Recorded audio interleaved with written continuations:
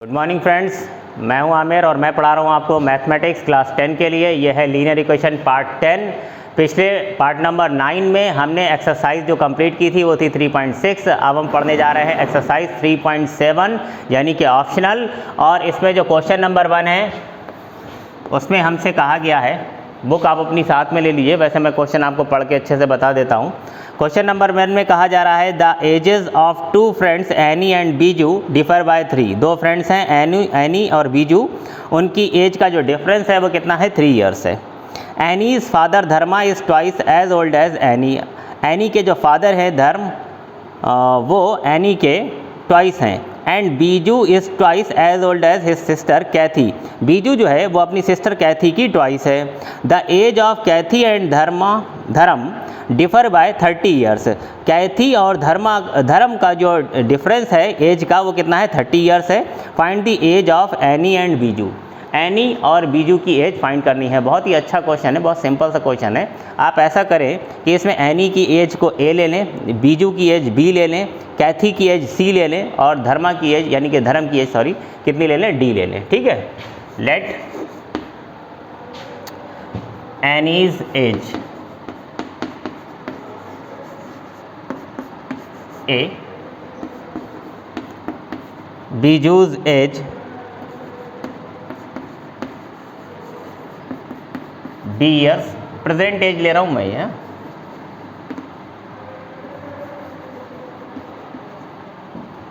कैथीज age C years and Dharam age be D years. तो यहाँ तक तो कोई दिक्कत होगी नहीं भाई। एनी की एज ए ले ली, बीजू की एज बी ले ली, कैथी की एज सी ले ली और धर्म की एज डी ले ली।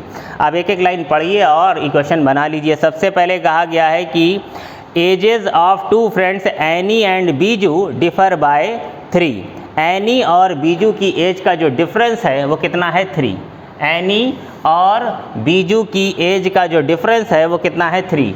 तो एनी की एज कितनी थी, ए, और बीजू की एज कितनी है, बी। तो अगर मैं इनका डिफरेंस लूँ तो मैं क्या करूँगा, ए में से बी को माइनस करूँगा और ये किसके इक्वल आ जाएगा, 3 के इक्वल आ जाएगा। इन्होंने कहा कि एनी और बीजू की एज का डिफरेंस जो है वो कितना है, 3 ईयर्स है। तो A minus B equal to 3। This is equation number 1। आगे कह रहे हैं Annie's father Dharam is twice as old as Annie. Annie के जो फादर हैं धर्म, तो ये है एनी और ये है धर्म। तो जो ये एनी है और ये उसके फादर हैं धर्म। तो एनी के जो फादर हैं धर्म वो एनी के ट्वाइस हैं। एनी के ट्वाइस हैं, ये है धर्म और ये है एनी। धर्म और एनी, एनी के जो फादर हैं धर्म जो है वो क्या है, एनी के ट्वाइस हैं। तो क्या करना होगा, एनी को डबल करना होगा ताकि वो अपने फादर धर्म के इक्वल हो जाए। किसको डबल करना होगा, एनी को। एनी को डबल करेंगे तो वो अपने फादर धर्म के इक्वल हो जाएगी। तो एनी को डबल करिए ताकि वो अपने फादर धर्म के इक्वल हो जाए। This is equation number 2। आगे कह रहे हैं Biju is twice as old as his sister Kathy. Biju जो है, बीजू मतलब बी और कैथी मतलब C. Biju is twice as old as his sister Kathy. Biju जो है अपनी सिस्टर कैथी का ट्वाइस है। फिर से बीजू अपनी सिस्टर कैथी का ट्वाइस है। बीजू जो है वो ट्वाइस है किसका, कैथी का। तो कैथी को मुझे फिर से क्या करना पड़ेगा, डबल करना पड़ेगा ताकि वो अपने ब्रदर बीजू के इक्वल हो जाए। किसको डबल करना पड़ेगा, कैथी को। कैथी को ट्वाइस करेंगे तो वो क्या हो जाएगा, बीजू के इक्वल हो जाएगा, क्योंकि बीजू बड़ा है। Biju is twice as old as his sister Kathy. तो बीजू जो है अपनी सिस्टर कैथी का ट्वाइस है, इसलिए मुझे ट्वाइस बड़ा किसको करना पड़ेगा, कैथी को। कितना, ट्वाइस करना पड़ेगा। कैथी को हम ट्वाइस करेंगे तो वो अपने ब्रदर बीजू के इक्वल आ जाएगी। तो दिस इज इक्वेशन नंबर 3। आगे कह रहे हैं the age of Kaithi and Dharma is differ by 30। Cathy और धर्म की एज, अब जाहिर सी बात है धर्म जो है वो क्या है, धर्म ध्यान दीजिए, अभी आपको याद होगा धर्म जो है वो क्या है, एनी के फादर हैं। ठीक है, और कैथी जो है वो क्या है, वो बीजू की सिस्टर है। तो धर्म और कैथी में बड़ा कौन होगा, धर्म बड़े होंगे। तो कह रहे हैं धर्म और कैथी की एज का जो डिफरेंस है वो 30 है। तो धर्म की एज में से जब हम कैथी की एज को माइनस करेंगे तो वो कितना आएगा, 30 आएगा, क्योंकि हमसे ये कहा गया कि धर्म और कैथी की एज का डिफरेंस जो है वो क्या है, 30 है। डिफरेंस देखिए हम कैसे निकालते हैं, बड़े में से छोटे को माइनस कर देते हैं। तो धर्म बड़ा है, कैथी छोटा है, तो धर्म में से मैंने कैथी को माइनस किया तो वो कितना आ जाएगा, 30 आ जाएगा। तो ये 4 इक्वेशंस मेरे पास आ गई हैं, लेकिन हमको निकालना क्या है, हमको बताना है इसमें एनी और बीजू की एज फाइंड करनी है। एज किसकी फाइंड करनी है, एनी और बीजू की। तो एनी और बीजू की एज फाइंड करने के लिए एनी और बीजू यानी ए और बी में हमें 2 इक्वेशन चाहिए।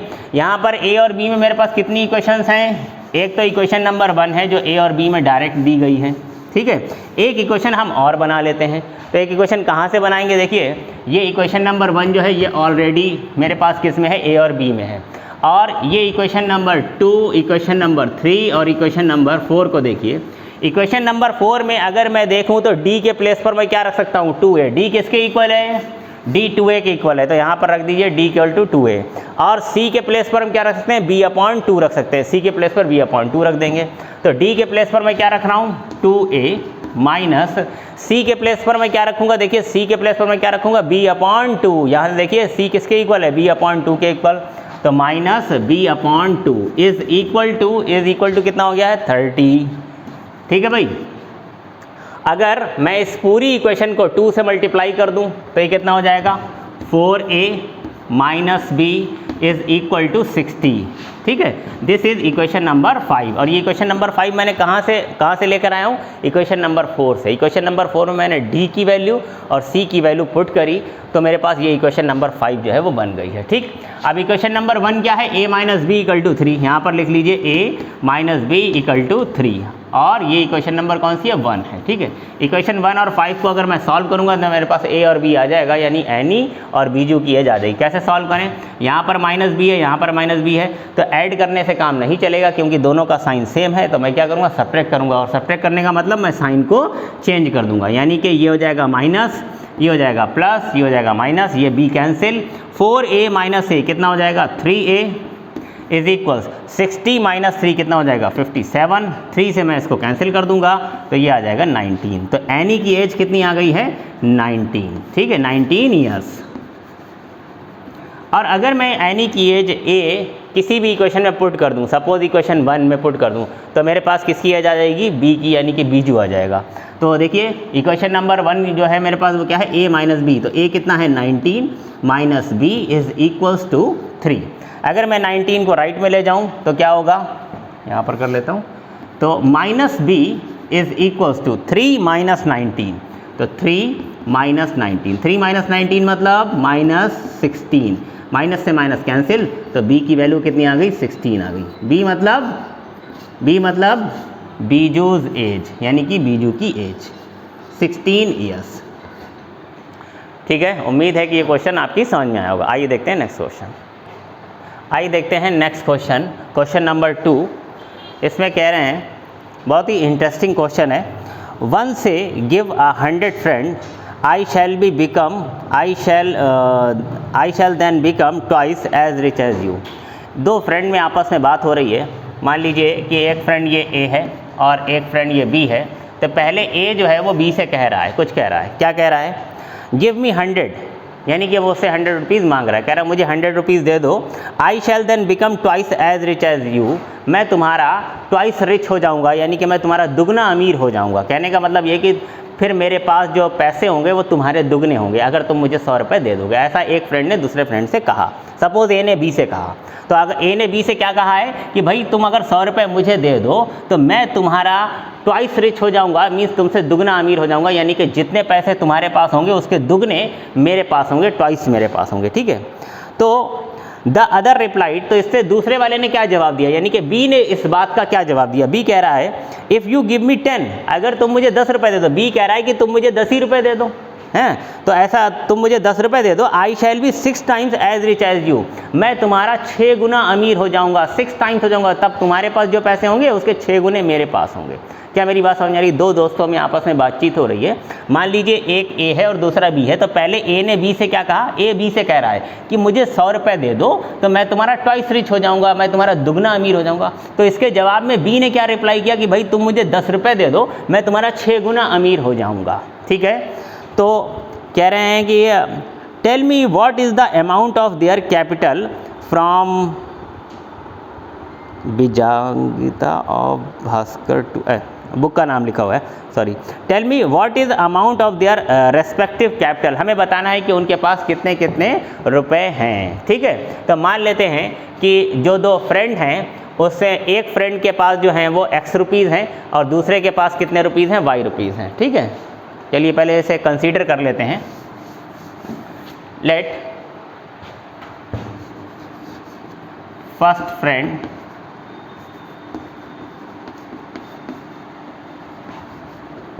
have x rupees and second friend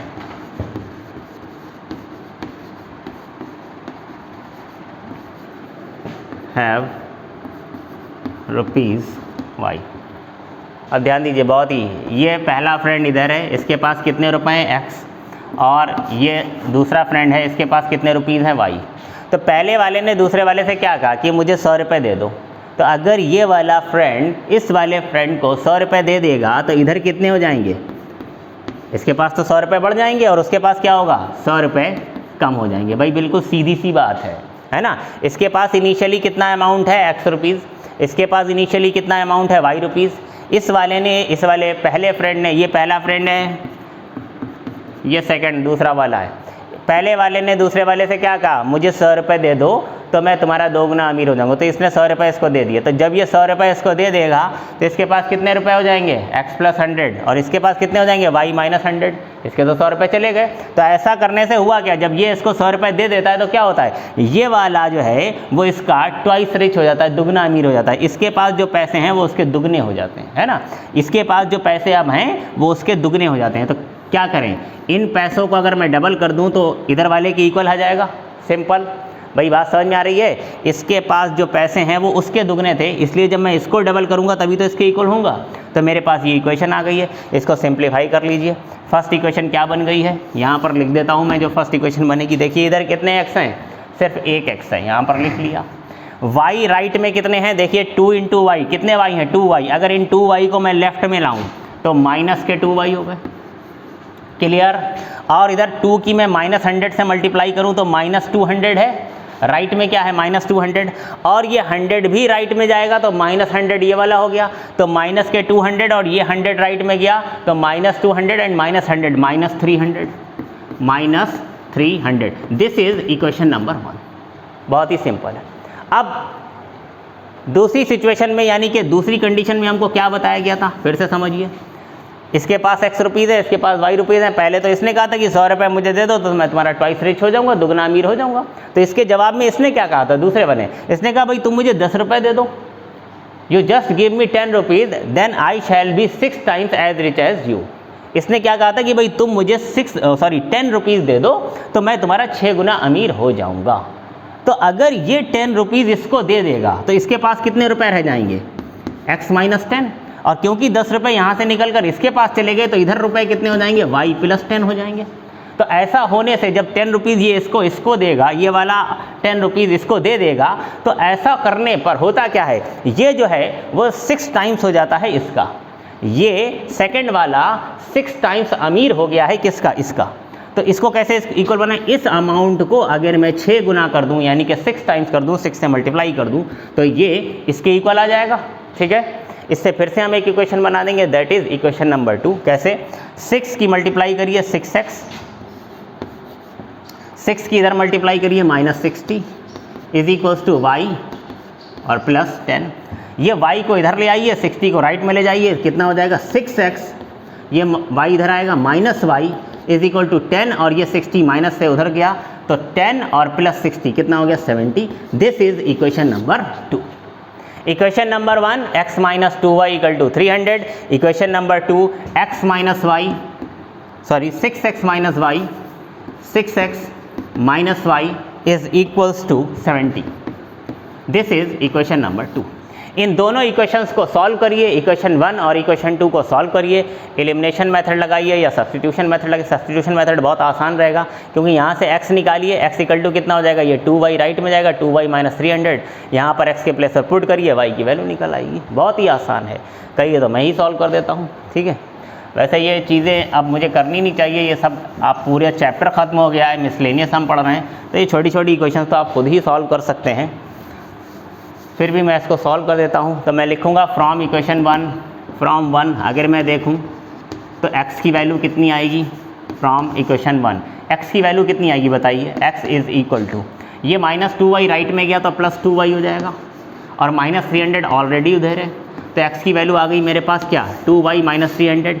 ये मैंने किससे निकाला है, इक्वेशन 1 से, तो इसे पुट कर देंगे किस में, इक्वेशन 2 में। Put in equation 2, put in equation 2, equation 2 में पुट करिए। इक्वेशन 2 है क्या मेरे पास, 6x माइनस वाई, तो 6 और x के प्लेस पर हम क्या रखेंगे, x किसके इक्वल है, 2y माइनस 300, तो जहाँ पर x है वहाँ पर आप क्या रख देंगे, 2y माइनस 300। तो क्या था 6x, यहाँ क्या था x था, तो x के प्लेस पर मैं क्या रखने वाला हूँ, 2y माइनस 300, ठीक है। ये हो गया 6x, आगे क्या है माइनस y, तो minus y is equal to कितना है 70। इसे सॉल्व करिए तो क्या निकलेगा, इसमें से y निकल आएगा, ठीक है। और जब मेरे पास y आ जाएगा तो हम उससे x भी निकाल लेंगे। तो सॉल्व करिए, 6 2 ज़ा 12y, 6 की 300 से multiply 1800 minus y is equal 70। अगर मैं 12y माइनस y करूँ तो कितना हो जाएगा, 11y इज इक्वल्स, ये 1800 उधर जाएगा राइट में, तो ये हो जाएगा 1870। 11 से इसको कैंसिल कर दीजिए, 11 1 ज़ा 11 7 ज़ा, ठीक है। तो y की वैल्यू कितनी आ जाएगी, देखिए 11 से अगर मैं कैंसिल करूँ 1870 डिवाइड बाय 11, 11 से कैंसिल करिए, 11 1 ज़ा 11, कितना बचा 7, 7 और 7 77, 11 7 ज़ा और एक ये 0, तो कितना आ जाएगा ये 170, 170। तो y की वैल्यू कितनी आ गई है, 170 आ गई है। y की वैल्यू आप यहाँ पुट कर दीजिए, पुट इन इक्वेशन सॉरी इसमें पुट कर दिए, x की वैल्यू में डायरेक्ट पुट कर दीजिए। x की वैल्यू क्या है, x की वैल्यू क्या है, x है 2y माइनस 300, तो 2y माइनस 300 और y की वैल्यू यहाँ पुट करेंगे तो 2 इंटू वाई की वैल्यू कितनी आई है 170, यहाँ पर रखेंगे 170 माइनस 300, तो 2 इंटू 170 कितना हो गया 340, 340, 340 माइनस 300 कितना आ गया 40, ठीक है। x is 40।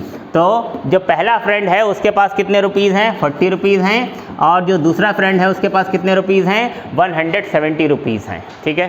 तो बहुत ही अच्छा क्वेश्चन था, इम्पॉर्टेंट था, आसान था। उम्मीद है कि ये क्वेश्चन समझ में आया होगा। आइए हम लोग करते हैं अगला क्वेश्चन। आइए देखते हैं नेक्स्ट क्वेश्चन, क्वेश्चन नंबर 3। और एक चीज़ कहना है मुझे कि ये पार्ट नंबर 10 नहीं है, ये गलती से मैंने यहाँ लिख दिया है, ये पार्ट 11 है क्योंकि इससे पहले पार्ट 10 था, ठीक है।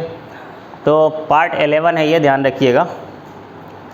नेक्स्ट क्वेश्चन जो है, a train covered a certain distance and a uniform speed, if the train would have been 10 kilometre per hour faster, it would have taken 2 hours less than the scheduled time, and if the train were slower by 10 km per hour, it would have taken 3 hours more than the scheduled time. For the distance find the distance covered by the train। तो बहुत ही अच्छा question है और बहुत simple भी है।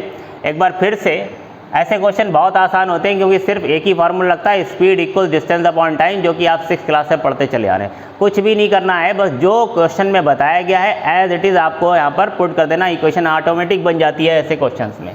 Suppose एक train है जो यहाँ से ए से लेकर बी तक जाती है। हमसे कहा ना कि एक ट्रेन है जो एक सर्टेन डिस्टेंस कवर करती है सर्टेन टाइम में, उसका शेड्यूल टाइम कुछ फिक्स होगा। तो मान लेते हैं कि जो हमारी ट्रेन है वो कहाँ से कहाँ तक, ए से बी तक जाती है, और ये डिस्टेंस जो है वो कितनी है, x किलोमीटर है, ठीक है। कितनी है टोटल डिस्टेंस, x किलोमीटर, ऐसा कंसीडर मैं कर रहा हूँ, ठीक है, कि ये जो डिस्टेंस ट्रेन कवर करती है वो कितनी है, x किलोमीटर है। ऐसा डिस्टेंस मुझे दी तो नहीं गई है। A train covered a certain distance for at a uniform speed. हाँ ठीक है, और इसकी स्पीड भी मान लेते हैं, सपोज जो ट्रेन है उसकी जो यूनिफॉर्म स्पीड है वो कितनी है, y किलोमीटर पर आवर है।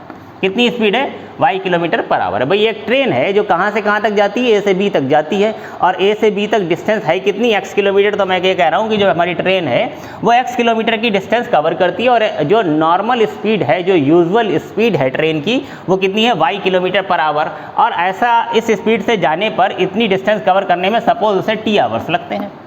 ठीक है, तो अब बताइए कि अगर मैं इसमें speed equal to distance upon time formula लगाऊं तो उसमें कोई दिक्कत है, लगा सकता हूं।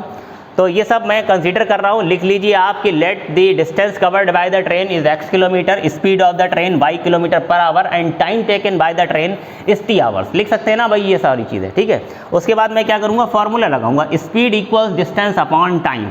Speed equals distance upon time.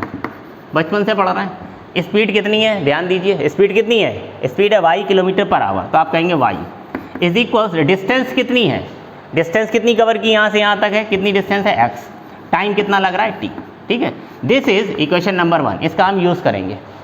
अब ध्यान दीजिए, अब जो आगे इन्होंने कहा है उस पर ध्यान दीजिए, बहुत ही सिंपल है। देखिए मैंने क्या कहा कि ट्रेन की स्पीड जो है वो y किलोमीटर पर आवर है, डिस्टेंस जो कवर कर रही है x किलोमीटर है, उसे जो टाइम लगता है वो t, तो speed equal to distance upon time, y equal to x upon t, equation number 1।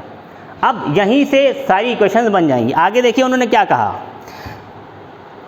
किधर गया, if the train would have been 10 kilometre per hour faster, अगर train 10 kilometre per hour faster होती, इसका क्या मतलब हुआ, भाई ट्रेन की स्पीड आपने कितनी ली हुई है, y किलोमीटर पर आवर, अगर वो 10 किलोमीटर पर आवर फास्टर होती, यानी कि उसकी स्पीड 10 किलोमीटर पर आवर ज़्यादा होती तो ट्रेन की स्पीड कितनी होती, y प्लस 10। स्पीड कितनी होती, y plus 10 kilometre per our, है ना। स्पीड कितनी बढ़ा दी मैंने, 10 किलोमीटर पर आवर बढ़ा दी स्पीड। तो कह रहे हैं it would have taken 2 our less, तो भाई स्पीड बढ़ाएंगे तो टाइम कम लगेगा ना, और कितना टाइम कम लग रहा है, कह रहे हैं कि 2 घंटे कम लग रहे हैं। तो पहले कितने आवर्स लगते थे, t आवर्स, तो अब कितने लगेंगे, t माइनस 2 आवर्स। कोई दिक्कत किसी को भी, कोई दिक्कत होनी नहीं चाहिए। अच्छा डिस्टेंस तो कम ज़्यादा हुई नहीं, डिस्टेंस तो उतनी रही। अगेन अगर मैं फिर से यही फॉर्मूला अप्लाई करूँ, speed equal to distance upon time, इस सिचुएशन में, भाई इस सिचुएशन में अगर speed equal to distance upon time हो तो स्पीड कितनी है, y plus 10 is equal to distance कितनी है, डिस्टेंस है x अपॉन टाइम कितना है, टाइम है t माइनस 2। ठीक है, अभी देखिए क्वेश्चन के लास्ट में हमसे पूछा क्या गया है, क्वेश्चन के लास्ट में हमसे कहा गया है find the distance covered by the train, find the distance covered by the train, तो मुझे x चाहिए। ठीक है, इट मीन्स मैं t को एलिमिनेट कर दूंगा। अगर मैं यहाँ से देखूँ तो t किसकी इक्वल है, t is x upon Y, है कि नहीं है, x अपॉन वाई। t को यहाँ लाऊंगा और y को यहाँ ले जाऊँगा, क्रॉस में ले जाऊँगा, तो t की वैल्यू कितनी निकल आएगी, x अपॉन वाई। तो यहाँ t के प्लेस पर x अपॉन वाई आप रखेंगे और इससे इक्वेशन नंबर 1 बना लेंगे। ठीक है, किस तरह से, पहले मैं इसको लेफ्ट में लाता हूँ। देखिए y प्लस 10, इसकी मल्टीप्लाई होगी t माइनस 2 से, इज इक्वल टू x, और t की वैल्यू क्या है, x अपॉन वाई। तो यहाँ पर t के प्लेस पर क्या रख देंगे आप, x अपॉन वाई। तो y प्लस 10 और ये हो जाएगा x upon Y minus 2 is equal to x। ठीक है, इसकी मल्टीप्लाई करिए, एक इक्वेशन आपको मिल जाएगी, उसके बाद आगे का काम करेंगे। ठीक है, कहाँ करें आगे का काम, इधर कर देते हैं भाई, छोटा छोटा समझिएगा। मल्टीप्लाई कर रहा हूँ, y की x अपॉन वाई से मल्टीप्लाई होगी तो क्या आएगा, x। ठीक है, उसके बाद y की मल्टीप्लाई माइनस 2 से होगी, कितना आएगा, माइनस 2y। ठीक है, उसके बाद 10 की मल्टीप्लाई इससे करेंगे तो कितना हो जाएगा, 10x upon Y, 10x upon Y, 10x upon Y. उसके बाद 10 की मल्टीप्लाई इससे करेंगे तो कितना हो जाएगा, माइनस 20। ठीक है भाई, और राइट में कितना है, x, राइट में क्या है, x है। ठीक है, अच्छा x अपॉन वाई आया है यहाँ पर, एक इक्वेशन यहाँ से आएगी, Y T equal to X है मेरे पास, Y T is equals to X और 10t x upon Y. Quadratic equation बन जाएगी क्या?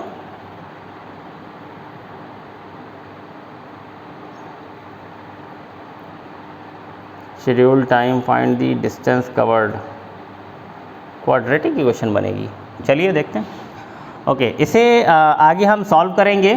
तो देखिए x और x कैंसिल हो जाएगा, तो ये मेरे पास आ जाएगा -2y plus 10x upon y is equals to -20 is equal to 0। ठीक है, अभी मैं इसको ऐसे ही छोड़ देता हूँ, बाद में देखता हूँ कि इसका क्या करना है। तो ये मेरे पास इक्वेशन नंबर आ गई है 1 और ये आ गई इक्वेशन नंबर 2। ठीक, आगे देखेंगे कि इसे कैसे सॉल्व करेंगे। अब यहाँ पर फिर से ये तो हो गई। अब इसके आगे देखिए क्या कह रहे हैं कि if train were 10 kilometre per our slower it would have taken 3 hours more than the schedule time. अगर ट्रेन जो है वो 10 घंटे स्लोअर हो जाए, 10 किलोमीटर पर आवर स्लोअर। पहले स्पीड कितनी थी, फिर से देखिए, पहले स्पीड आपने कितनी कंसीडर की थी, y कंसीडर की थी। टाइम कितना कंसीडर किया था, t कंसीडर किया था। और डिस्टेंस कितनी थी, डिस्टेंस तो आपकी x थी। अगेन कह रहे हैं कि अगर स्पीड जो ट्रेन की स्पीड है वो 10 किलोमीटर पर आवर कम हो जाए, स्लोअर हो जाए, तो स्पीड 10 किलोमीटर पर आवर कम कैसे होगी, यानी कि स्पीड कितनी हो जाएगी, y - 10 किलोमीटर पर आवर। ठीक है, और ऐसा करने से टाइम जो है वो कितना लगता है, it would have taken 3 hours मोर। जाहिर सी बात है कि स्पीड कम हो जाएगी तो टाइम जो है वो ज़्यादा लगेगा। और अब कितना टाइम ज़्यादा लग रहा है, 3 आवर्स मोर, 3 घंटे ज़्यादा लग रहे हैं। तो फिर से स्पीड मेरे पास कितनी हो गई है, y - 10, टाइम कितना हो गया है, t + 3, डिस्टेंस अगेन जो है मेरे पास कितनी है, x ही है। तो फिर से मैं फॉर्मूला लगाऊंगा, speed is equal to distance upon time, और एक इक्वेशन वहाँ से मेरे पास आ जाएगी। फिर हम उन दोनों को सॉल्व करेंगे। देखिए, speed equal to distance upon time, तो स्पीड कितनी है, y - 10 is equals to distance upon time. Distance कितनी है मेरे पास, x अपॉन टाइम कितना है, टाइम है मेरे पास t + 3। ठीक, इसको इधर ले आएंगे पिछले क्वेश्चन की तरह सेम। तो y - 10 into t + 3 is equals to x, और t के प्लेस पर मैं क्या रख दूंगा, x अपॉन y। तो t के प्लेस पर x अपॉन y मैंने रखना ठीक किया है क्या, चलो रख देते हैं, y - 10 और t के प्लेस पर मैं रख दूंगा x अपॉन y और +3 is equals to x। Again हम इसकी मल्टीप्लाई करेंगे। तो अब इसका काम तो बचा नहीं है, इसको हटा देते हैं। ठीक है, इधर सॉल्व कर लेंगे। मल्टीप्लाई कर दीजिए तो एक दूसरी इक्वेशन मेरे पास आ जाएगी। मल्टीप्लाई करिए, y की मल्टीप्लाई x अपॉन y से होगी तो क्या आएगा, x। y की मल्टीप्लाई 3 से होगी तो कितना आएगा, 3y। ठीक है, -10 की मल्टीप्लाई इससे होगी तो ये कितना देगा, -10x अपॉन y, और -10 की मल्टीप्लाई इससे होगी तो ये हो जाएगा -30 इज इक्वल्स टू क्या हो जाएगा, x। राइट में क्या है, x है। अगेन फिर से x और x कैंसिल हो जाएगा, तो मेरे पास कितना आ गया है, 3y - 10x अपॉन y या 10x अपॉन y, और ये -30 इसे राइट में ले जाएं तो +30। This is equation number 2। ठीक है, इससे पहले वाली जो इक्वेशन थी उसमें भी 10x + y आया था। तो मैं क्या करूं, x अपॉन y जो आ रहा है ना मेरे पास बार बार, x अपॉन y को मैं a ले लूं। क्या मेरी बात समझ में आ रही है? अगर मैं x अपॉन y को a ले लूं तो फर्स्ट इक्वेशन और सेकंड इक्वेशन थोड़ी सी सिंपल हो जाएगी। तो मैं यहाँ पर लेट कर लेता हूँ, let x upon y is equals to a, जैसा कि करते आए हैं पिछले बहुत सारे क्वेश्चंस में हमने किया है। तो क्या होगा कि ये दोनों इक्वेशंस हैं, इक्वेशन नंबर 2 ये है, तो ये इक्वेशन नंबर 3 बनेगी ना। तो इक्वेशन नंबर 2 और 3 जो है वो लीनियर हो जाएंगी। देखिए कैसे,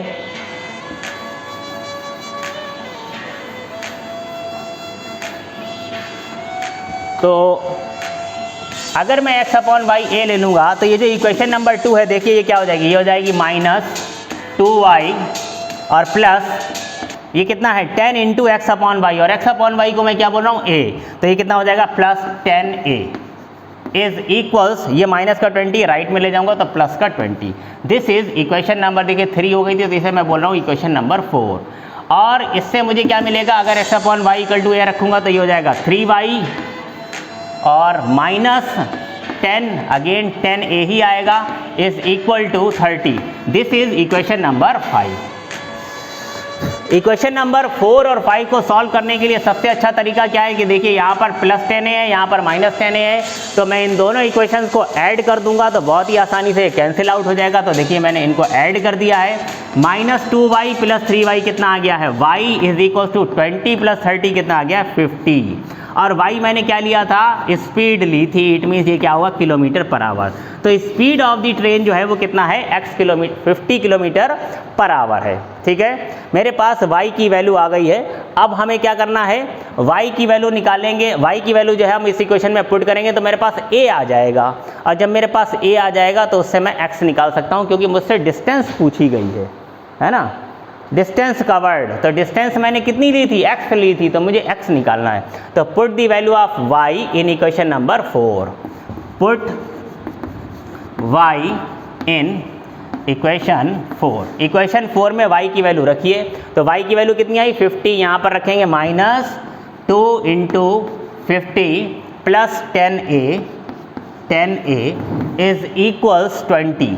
ठीक है, देखिए ये कितना हो गया, -100 उधर जाएगा तो +100, तो 10a कितना आ जाएगा, 100 और +20, तो 120। 10 से इसको कैंसिल करेंगे तो a की वैल्यू आ जाएगी 12। अब a की वैल्यू है 12 और y की वैल्यू है 50, तो मैं यहाँ से x निकाल सकता हूँ। x = कितना होगा, y × a, और y की वैल्यू कितनी आई है, y की वैल्यू आई है 12, और a की वैल्यू, सॉरी y की वैल्यू तो आई थी 50, y की वैल्यू आई है 50, y की वैल्यू है 50 और a की वैल्यू है 12, तो 12 × 50 कितना हो जाएगा, 600, और x क्या थी, डिस्टेंस थी, इट मीन्स ये क्या होगा, 600 किलोमीटर। तो जो डिस्टेंस कवर करी है ट्रेन ने वो क्या है, 600 किलोमीटर है। तो उम्मीद है कि ये क्वेश्चन आपकी समझ में आया होगा। आइए देखते हैं आज का आखिरी क्वेश्चन। नहीं, मुझे पता नहीं था, वीडियो दरअसल ज़्यादा लंबी हो चुकी है, ऑटोमेटिकली मेरे ख्याल से 31 मिनट की हो चुकी है। तो अब अगला क्वेश्चन जो है वो हम नेक्स्ट वीडियो में देखेंगे। आज हम यहीं तक रखेंगे, मिलते हैं नेक्स्ट वीडियो में। Thanks friend.